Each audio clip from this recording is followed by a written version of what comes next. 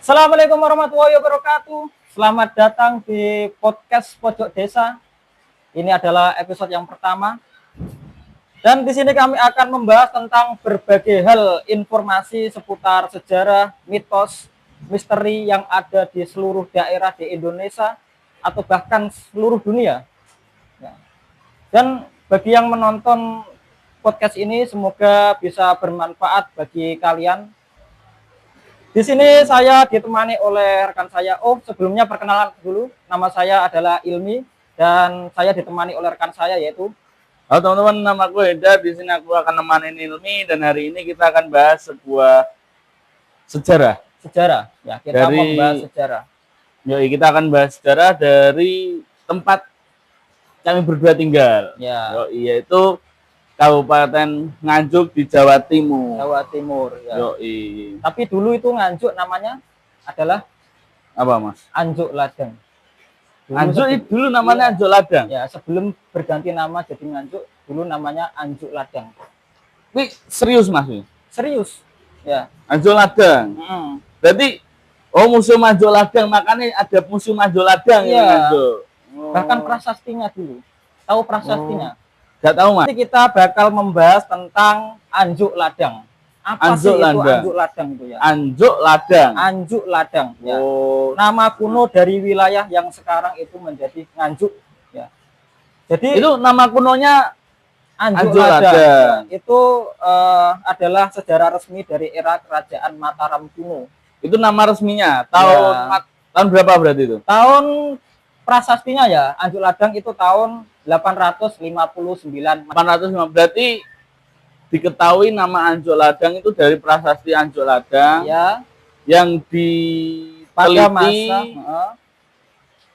tuanya prasasti berarti berusia di tahun 859 Masehi. Ya. Itu diperkirakan di tahun itu ditulis prasasti. Ya. Dibuat oleh Raja Layang Dyah Tulodong. Ya. Ini adalah layangan ngawur amit ngapunten Mbah nggih. Tapi apa mau Layang Dyah Tulodong. Ini adalah sebuah raja dari aku lagi krungu sumpah tak ngerti ku yo. Anjuk Ladang tau krungu terus habis itu apalagi ya? Opo ya kuwi tok. Nek ini baru krungu Pusidok tau krungu Pusidok. Itu nanti ada ceritanya. Ada ceritanya. Karena ini siapa ini? Raja Layang Dyah Tulodong ini adalah raja kerajaan Mataram kuno. Ya. Dulu ini adalah yang membuat prasasti Anjuk Ladang sebagai apa? Sebagai hadiah untuk yang masyarakat. Membuat. Sebagai hadiah untuk masyarakat Nganjuk karena dulu ikut berjuang melawan penjajah. Ya. Jadi dia waktu Mas. Tapi prasasti ini batu ini ada beberapa isinya. Ya. Maksudnya tulisannya. Ya, ada tulisannya, ya. Jadi prasasti ini bukan untuk merayakan raja saja, tapi untuk merayakan rakyat Anjuk Ladang sebagai apa? Berhasil mengusir serangan musuh dari kerajaan Melayu. Jadi gini. Prasasti ini dibuat oleh Raja Layang Dyah Tulodong.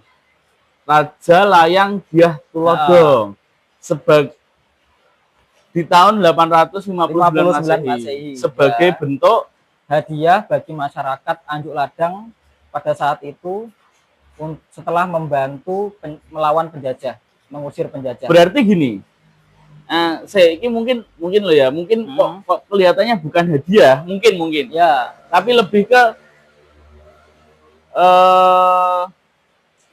bentuk terima kasih mungkin atau bentuk penghormatan. Sertifikat mungkin ya, sertifikat penghargaan. Ya, penghargaan. Sertifikat penghargaan kepada berarti yang diberi prasasti itu untuk seluruh warga waktu itu, seluruh masyarakat yang membantu kerajaan apa? Kerajaan melawan kerajaan Melayu. Ya, yang dibantu adalah kerajaan Mataram kuno. Mataram kuno melawan Melayu. Jadi Upin Ipin. Jadi meskipun seperti itu, masyarakat Nganjuk ini juga berperan penting pada zaman Mataram kuno. Suwangar berarti mbah-mbahku dulu ya. Mbah-mbahku ben suwangar berarti. Sangar, makanya kita harus bangga sebagai warga Nganjuk. Tapi aku keturunan Surabaya. Surabaya. Bapakku Surabaya. Aku keturunan Jombang, Mas. Gede sih wong Nganjuk teman-teman ya. Terus lanjut. Tapi sangar ya berarti. Heeh. Berarti waktu itu Nganjuk lumayan berperan penting untuk kerajaan apa mau? Kerajaan Mataram kuno Mataram kuno. Sangat- Gandring, tuh. Apa? Bukan. Mataram kuno. Ini Dyah pada Tulodhong saat emang? itu ya Raja Layang Dyah Tulodhong itu. Jadi ini menjadi salah satu bukti bahwa Nganjuk itu punya peran strategis sekaligus militansi rakyat yang kuat. Gitu. Oh, berarti pada waktu itu posisinya Nganjuk sangat diperhitungkan secara Iya. geografis. Sangat diperhitungkan. Dan Ya. uangnya manut-manut. Manut-manut. Sampai Dalam saiki ya. dalam prasasti itu wilayah Nganjuk Ladang ya. Nah, dijelaskan. Itu diberi status Sima. Ngerti gak Sima? Apa Sima ini? Apa ini? Sima adalah Tokoh Mahabharata ya nek Sima. kadun. Sima itu adalah tanah bebas pajak, Mas. Tanah Jadi, bebas pajak. Berarti dia ini dipajeki wong Nganjuk. Biyen nih sebenarnya awalnya dipajeki, tapi setelah membantu Raja Layang Dyah Tulodhong ini mengusir penjajah dari Melayu, akhirnya masyarakat Nganjuk Ladang ini diberi hadiah itu tanah bebas pajak atau Tanah yang dinamakan bebas pajak. Sima. Sangat berarti ya. Berarti pada waktu itu karena bentuk rasa terima kasih Iya, kerajaan Mataram kuno yang telah dibantu oleh masyarakat Nganjuk, ya. akhirnya DKI pembebasan pajak wih, mau. pada saat itu. Ya, itu Eh, sebagai sing ngekei Purbaya sini. Tuh. layang. Layang. Dia Purbaya. Lanjut. Ini ilmu baru teman bagi aku ya. Mungkin banyak juga orang Nganjuk yang udah lama tinggal di Nganjuk tapi ternyata lagi ngerti. Aku Nganjuk Ladang mungkin biasa dan lain sebagainya biasa, tapi mau sangat juga ternyata kita seberperan itu untuk kemajuan Mataram kuno. Iya.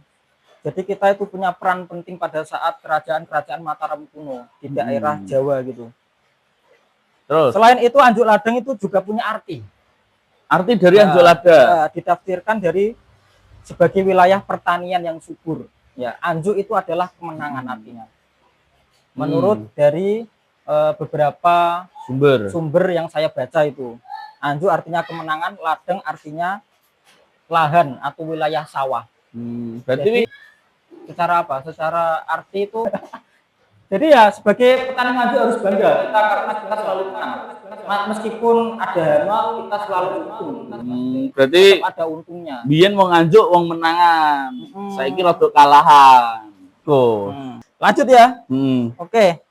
Jadi itu arti dari Nganjuk Ladang. Apa? Tapi aku tahu krungu Mas, tahu krungu. Nganjuk Ladang itu artinya tanah kemenangan. Tanah kemenangan. Tanah yang diberikan kepada buah kerajaan apa aku lali. Nek gak salah loh, nek gak salah namanya itu Kerajaan Atas Angin. Kerajaan Atas Angin. Nek gak salah, aku coba nanti komen ya teman-teman ya. Karena kan jenis sejarah pasti banyak sumber, banyak sumber, banyak perbedaan pendapat dan sebagainya. Nanti teman-teman bisa komen dan lain sebagainya, komen di kolom komentar dan diskusi tentang terkait nama Nganjuk Ladang ini. Nama Nganjuk Ladang. Jadi Nganjuk Ladang itu adalah tanah kemenangan, tanah yang diberikan kemenangan atau kamardikan,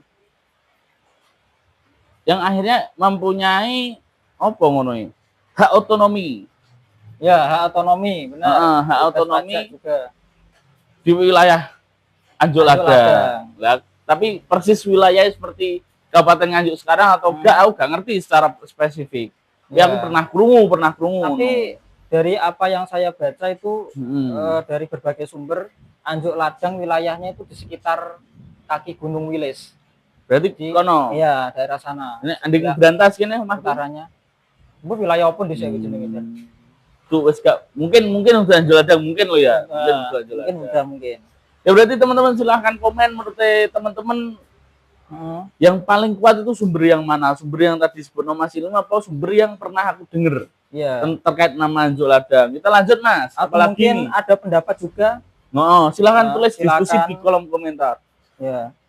Mas, jadi secara geografis Nganjuk itu emang daerah lembah strategis di kaki Gunung Wilis. Makanya secara pertanian itu kuat. Karena tanahnya sangat subur di bawah kaki Gunung Wilis. Gitu. Dan secara militer juga kuat. Gitu. Pada saat itu. Oh, militer kuat pasti. Jadi itu kesimpulannya Nganjuk Ladang adalah bukti bahwa Cikal Bakal Nganjuk bukan hanya wilayah agraris, tapi wilayah yang dihormati kerajaan karena kekuatan dan peran rakyatnya dalam pertahanan Jawa. Gitu. Jadi, Pertahanan Jawa berarti bukan hanya sekedar desa atau kota kecil, tapi sangat strategis pada waktu itu. Membantu pertahanan Jawa gitu. Tapi ada hal yang menarik nih kita bahas yang kono mau. Ya. Apa itu? Dalam sejarah mungkin di Nganjuk, Nganjuk itu melahirkan banyak peristiwa, dan juga tokoh-tokoh yang sangat luar biasa. Oke. Iki mau salah satunya itu. Aku curiga Nganjuk ini emang disetting karo Gusti Allah kok ngene. Iki pikiran ya teman-teman ya. Nanti boleh komen dan lain sebagainya. Disetting seperti ini. Maksudnya ketoknya kota kecil dan lain sebagainya. Tapi dari dulu Nganjuk itu selalu mengawali menjadi awal dari pusat kebangkitan. Dr. Sutomo lahir ning Nganjuk, Pace. Pace. Terus bareng ngono, dulu Jenderal Sudirman mandeke ya salah satunya ning Nganjuk untuk pas gerilya ya toh. Oke. Oke teman-teman. Perlu diingat teman-teman, tadi itu hanyalah beberapa informasi yang kami dapatkan dan ada beberapa statement juga. Mungkin kalau ada salah katanya itu bisa kalian diskusikan bersama di kolom komentar. Ya. Menurutmu kalian luwe sepakat piye Nganjuk sing mau sejarahnya seperti itu, atau mungkin teman-teman punya anu lagi apa jenenge referensi sejarah lagi? Ya. Boleh dicantumkan di kolom komentar. Atau mungkin bukunya Sejarah Nganjuk bisa dikirim ke kami. Buku apa namanya itu ya? Biar kami baca lagi gitu ya. Goblok teman-teman. Oke, terima kasih. Semoga podcast ini bermanfaat untuk kalian dan juga bisa mengisi waktu luang kalian coba ngerti mangan karena nambah informasi tapi jangan ditelan mentah-mentah karena kami juga tidak secerdas itu, kami hanya pengen sharing apa yang kami tahu. Oke. Dan untuk kedepannya kami akan membahas yang lebih seru lagi.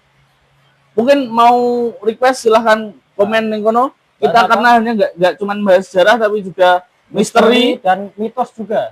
Mitos misteri beda ya, waduh. Misteri dan mitos juga. Legenda dan lain sebagainya. Itu akan lebih seru.